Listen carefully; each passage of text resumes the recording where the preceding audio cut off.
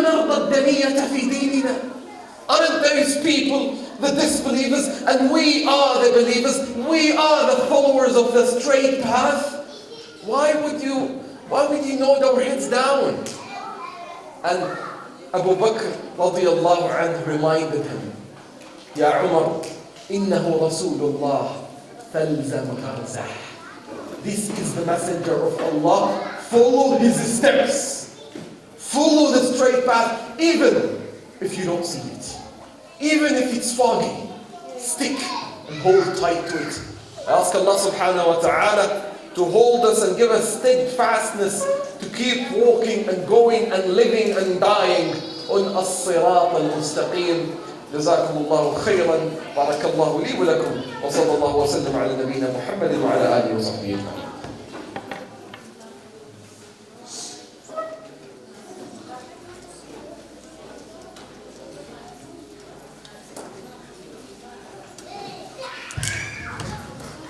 Jazakallah khair, brother. Those are really nice words. Alhamdulillah. May Allah bless you. So without any wait, we're going to invite Sheikh Hassan Shibani to come and say a few words as well.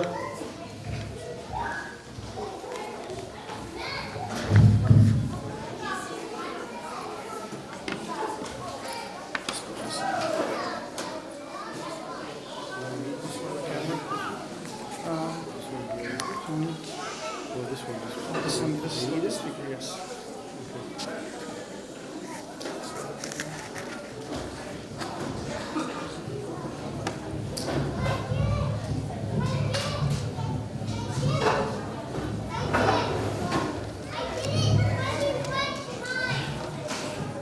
I can hold it in my hand. I can just hold it in my hand if you want.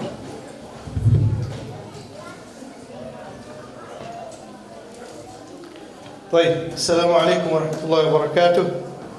الحمد لله رب العالمين والصلاة والسلام على أشرف المرسلين سيدنا محمد وعلى آله وصحبه أجمعين. So I believe that many of you have seen the poster. And the poster is talking about the Sahaba radiallahu anhu, the companions of the Prophet, and Ahlul Bayt, the members of the household of the Prophet sallallahu alayhi wasallam.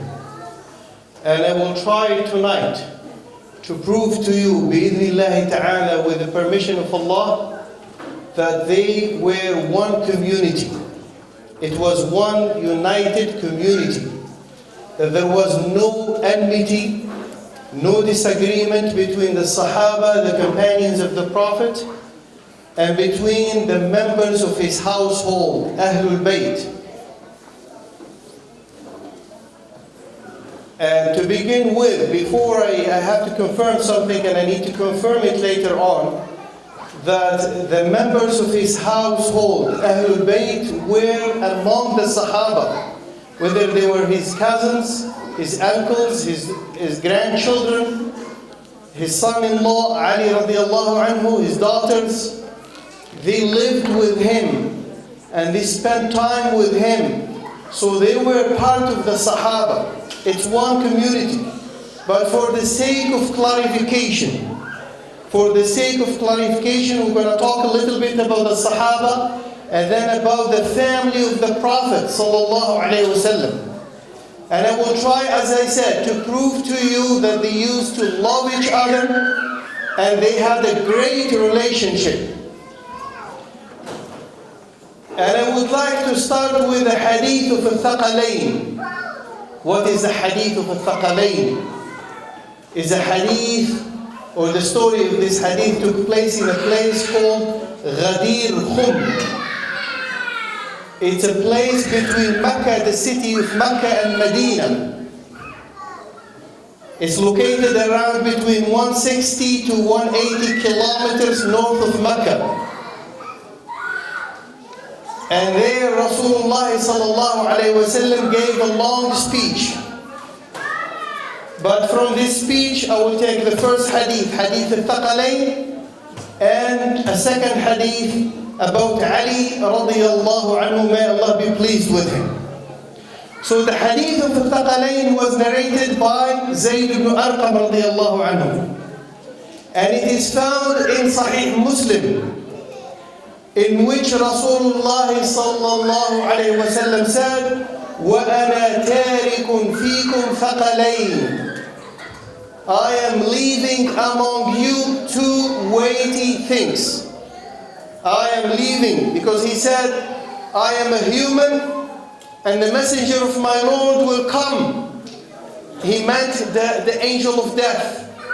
And I will respond like he is a human being like the rest of humans. He knew alayhi salatu wasalam that at a certain point of his life he will leave this world.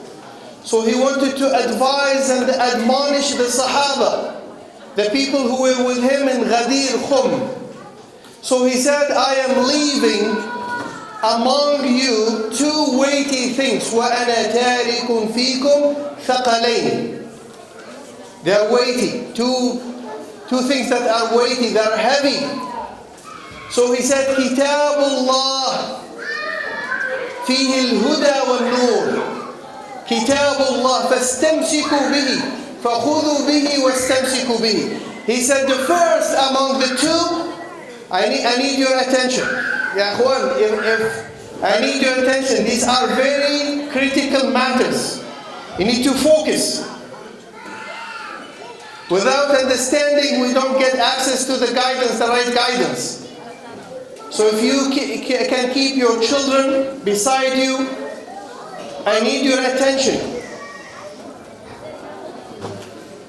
So he said the first thing is the book of Allah subhanahu wa ta'ala. In this story, فِيهِ الْهُدَى وَالنُّورِ, it contains the right guidance and the light. What is the light? The light of guidance again. فَخُذُوا بِهِ وَاسْتَمْسِكُوا بِهِ. He said, hold fast. Look at the nasiha of Rasulullah sallallahu alaihi wasallam. This hadith is found in Sahih Muslim. Sahih Muslim, you know the importance of Sahih Muslim. Is the second important hadith in Islam, book of hadith in Islam, after Sahih al-Bukhari. We have first Sahih Quran, of course. Quran is the book of Allah. But when we talk about the sources of hadith, number one is Sahih al-Bukhari and then Sahih Muslim. This hadith is found in Sahih Muslim. So he said, hold fast to the book of Allah and follow its guidance. Then Zayd ibn Arqam, he said, فَحَثَّ عَلَى كِتَابِ اللَّهِ وَرَغَّبَ فِيهِ. He urged and encouraged Muslims to follow the guidance of the book. The guidance of the book. The main source of guidance in Islam is the book of Allah subhanahu wa ta'ala. And then he said the second one, what is the second weighty thing? He said, my family. أذكركم أهل بيتي أذكركم الله في أهل بيتي أذكركم الله في أهل بيتي أذكركم الله في أهل بيتي. The second thing he said, the members of my household. I remind you of Allah with regards your duty. With regards to your duty towards the members of my household. And I'll tell you the context about this story, of course. We're going to talk about it a little bit. And he repeated this 3 times. So this hadith that is found in Sahih Muslim, Rasulullah has given 2 pieces of advice in this hadith, in this story, that took place, as I said, in a place called Ghadir Khum. And of course, as I said, it was a long speech. Many people remember only one piece, one hadith that says, and it was mentioned by Rasulullah sallallahu, and we're going to talk about it at the end of this program. He said on the same occasion, the hadith, the famous hadith about Ali radiallahu anhu, "Man kuntu mawlah, fa'ali mawlah." Whomever I am his mawla, then Ali radiallahu anhu is his mawla. We'll come back to this second hadith at the end of the program, inshallah. But let's spend some time with the first hadith. The first hadith has included 2 pieces of advice. The first one, the book of Allah. And the second thing is wasiyah, to take care and have a great relationship with the members of his household, alayhi salatu wasalam, his family, Ahlul Bayt. Now, sincere people, sincere Muslims, and sincere scholars, they don't choose and pick, they don't choose and select. Rasulullah ﷺ mentioned two things: the book of Allah subhanahu wa ta'ala, that we have to hold fast to it and follow its guidance. I cannot ignore it and just pay attention to the second piece of advice. And also I can't pay attention to only the first piece of advice, the book of Allah, and forget about the second piece of advice, which is having a great relationship with the members of his family. So we have to listen to the whole message. This is what sincere Muslims do. They don't have a hawa, they don't have a desire in their heart, they don't choose and pick and select what is convenient to their madhab, to their school of thought, to their sect. They don't do that. Sincere Muslims are always looking for the truth. Why? Because they are mukhlisun. They need to save themselves. They care about their safety on the Day of Judgment.